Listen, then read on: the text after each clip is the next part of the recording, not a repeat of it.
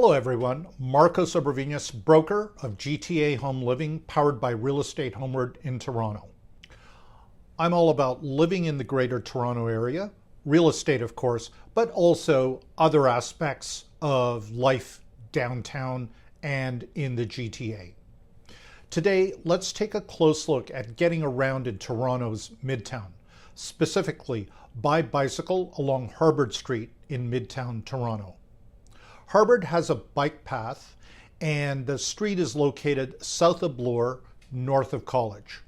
When starting in the west end of Harbord, its bike path begins where Harbord Street commences, at Ossington. On this ride, we'll follow it east through the communities of Palmerston, Little Italy, and then University, as it's designated by MLS in real estate. The bike path ends at Queen's Park but diverges into two other bike paths, one heading east and one heading south. Let's start our ride. We're heading west on the bike path along Harbord Street, just having left the intersection at Ossington. It's a divided path from the cars most of the way, and some of it is obviously just painted line. For the sake of brevity, I'll speed up the video when I'm traveling along. However, when I'm starting from or slowing down to a stoplight like here, I'll run the video at real time. You'll see my true commuting speed at which I'm pedaling my town bike, which is totally human powered. It's not an e-bike. My effort is about equal to a brisk but not stressful walk, which I think is realistic when using a bicycle for commuting and not for racing or working out. It's a weekend afternoon, so it's not rush hour.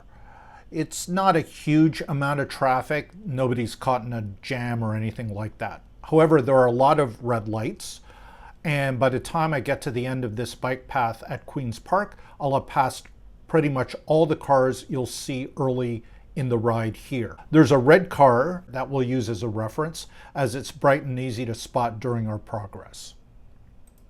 The first stretch from Ossington, which we're on, you'll find Harbord is almost all residential buildings and just a few small businesses like variety stores and offices here and there.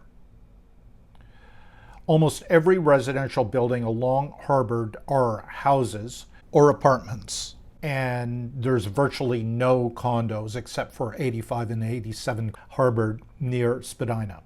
Here we are approaching Bathurst, and as you can see, I've caught up with a group of most of the cars again due to the red light. And from here, Bathurst over to Spadina is where the small business are mostly concentrated. We're passing this fun little tea shop, which is also a spot for board games.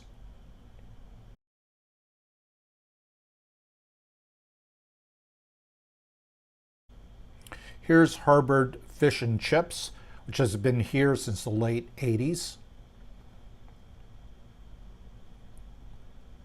Coming up at Brunswick here, this is Pedal, a cool mix of coffee shop and cargo and folding bikes. Eric and his staff are super friendly and a great presence in the neighborhood.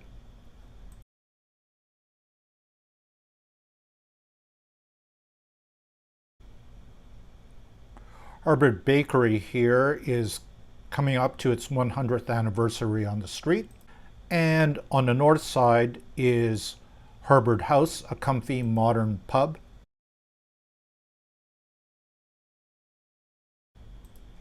Here at the corner of Robert and Harbord, we have Parquet, which is an elegant French bistro with high quality cuisine established recently in 2022.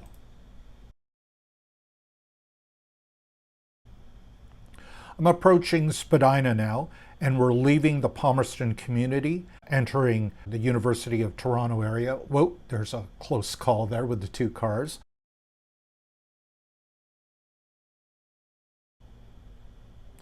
From here to Queen's Park, it's all U of T campus grounds, and once we get to St. George, the street name changes to Hoskin Avenue until it terminates at Queen's Park.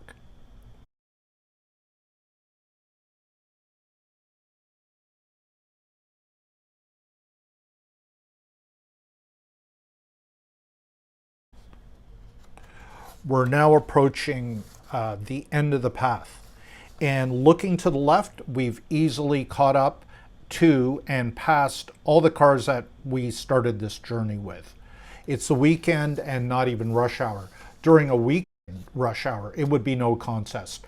Riding on bicycle would be much faster.